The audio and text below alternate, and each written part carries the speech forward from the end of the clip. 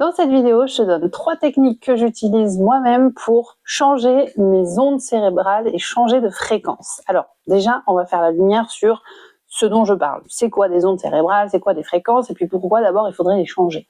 C'est une question qu'on m'a posée à la dernière conférence et que j'ai trouvée assez intéressante, et bien sûr que j'approfondis beaucoup plus en détail dans les ateliers que je donne de groupe pour vous apprendre à développer vos propres capacités.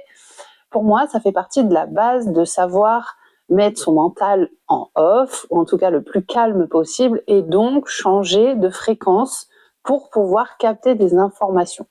Donc c'est hyper important et intéressant de savoir faire ça lorsque on veut œuvrer dans l'invisible, qu'on s'intéresse à la spiritualité, qu'on veut développer ses capacités, parce que c'est comme ça qu'on reçoit des informations et qu'on peut ressentir les choses beaucoup plus finement. Parce que quand le mental est hyper agité, en train de cogiter, de penser à tout ce qu'il a à faire, etc., eh ben, c'est comme si c'était une goutte d'eau, une information, c'est comme si c'était une goutte d'eau qui tombait dans l'océan avec une mer agitée, une eau hyper agitée, etc.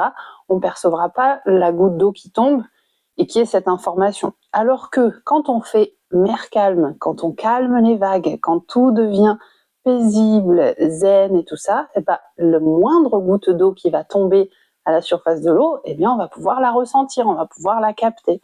Et donc, c'est ça, c'est pour imager un petit peu ce qu'on fait avec notre cerveau et les conditions qui vont être propices à la réception d'informations. Alors, comment je fais ça? Je vous donne 3 techniques, il y en a plein d'autres qui existent.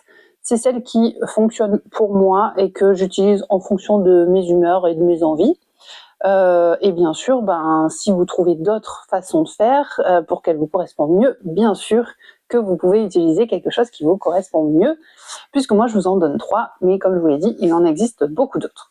Alors la première technique, c'est tout simplement, je m'assois dans un fauteuil confortablement, je peux fermer mes yeux et je vais respirer. La respiration, ça va être super important pour calmer le mental, calmer le cerveau. Donc je respire profondément, j'inspire par le nez, j'expire par la bouche, ou pas forcément, je peux faire les deux par le nez aussi. Pour moi, ça change rien. Et surtout, je vais être focus sur mon corps. L'idée, c'est de revenir dans l'instant présent et de ralentir les pensées. Pour ça, je vais donc m'installer tranquillement dans mon fauteuil et détendre chacun des muscles de mon corps. Je vais faire comme un balayage corporel de la tête aux pieds, en mettant l'intention de me détendre, de me laisser porter complètement dans le fauteuil. Donc c'est important aussi de pas forcément le faire. Moi, je ne conseille pas de le faire allongé puisque ça favorise le sommeil et après on glisse vers le sommeil. Et le sommeil, c'est encore un état différent et c'est pas là où on va pouvoir capter les infos qui nous intéressent, en tout cas à ce moment-là. Donc première technique, je m'assois, je respire, yeux fermés tant qu'à faire et détente corporelle. Ok ?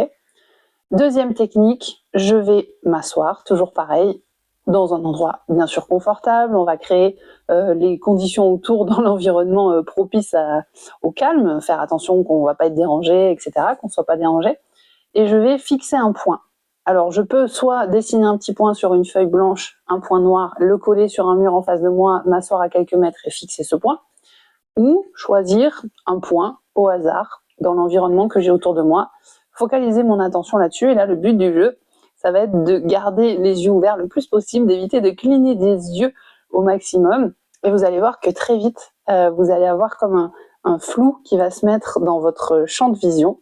Et ça va être des indications que vous êtes en train de changer d'état au niveau cérébral.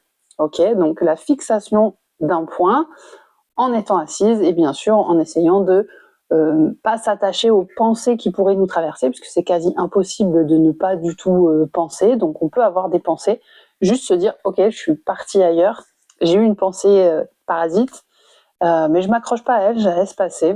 Si c'est important, elle sera toujours là. Tout à l'heure, on aura tout le temps d'y penser. Sinon, c'est que c'était pas si important que ça. Et ce qui compte à ce moment-là, c'est d'être dans l'instant présent et de prendre ce temps pour vous. Dernière technique que je partage avec vous pour changer mes ondes cérébrales et calmer mon mental, c'est d'utiliser des sons. Alors les sons, il y en a plein, vous pouvez écouter une bande sonore avec un instrument que vous aimez, ça peut être du piano, ça peut être les bruits de la nature, etc.